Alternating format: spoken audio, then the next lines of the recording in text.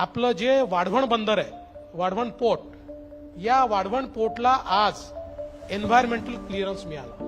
आता हे जे वाढवण पोर्ट आहे बघा, आपला गेल्या 50 वर्षाचा विकास हा मुंबईमुळे झाला आणि गेल्या 50 वर्षाचा मुंबईचा विकास हा जेएनपीटी पोर्टमुळे झाला. कारण मुंबईचं पोर्ट सिटी, पोर्टलेट डेव्हलपमेंट हे जगाचं मॉडेल आहे. देशाच्या 65% कंटेनरचं ट्रॅफिक जेएनपीटी पोर्ट हँडल करतं. आता हे जे वाढवण पोर्ट ज्याला आपण आता मान्यता मिळवली, हे जेएनपीटी पेक्षा 3 पट मोठं आहे, 3 टाइम्स बिग.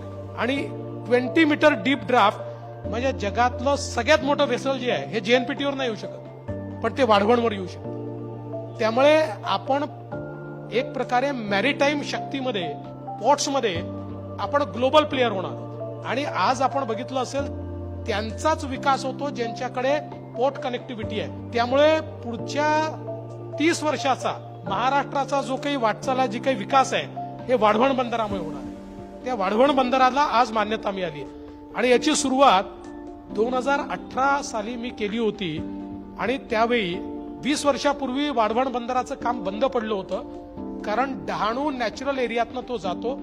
डहाणू अथॉरिटी तयार झाली होती, त्याच्यावर आपण पूर्ण सील केलं होतं. मी म्हटलं आपण डहाणू नॅचरल अथॉरिटी सोडून हे करू शकतो का, कॅन वी डू इट. आणि तसा आम्ही प्रयत्न सुरू केला आणि आम्हाला डहाणू नॅचरल अथॉरिटी किंवा नॅचरल एरियाच्या बाहेरून थेट समुद्रातनं आम्हाला त्या ठिकाणी वाट सापडली आणि राईट ऑफ वे मिळाला. आणि तो मिळाल्याबरोबर आम्ही त्याचं काम सुरू केलं आणि आज सगळ्या प्रकारचे अडथळे त्याचे पूर्ण झालेत.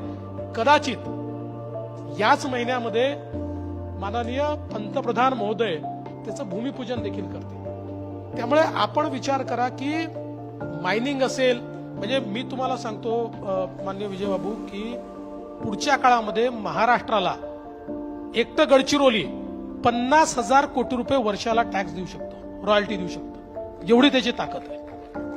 हे वाढवण बंदर महाराष्ट्राला देशाच्या कुठल्याही राज्यापेक्षा 10 वर्ष पुढे नेणार. आपल्याशी एकदा हे बंदर झालं, आपल्याशी कोणी कॉम्पिटच करू शकणार नाही. आणि म्हणून जे विजन मी पाहतोय महाराष्ट्राचं, मी एवढंच म्हणेन, Maharashtra is unstoppable. Maharashtra is unstoppable.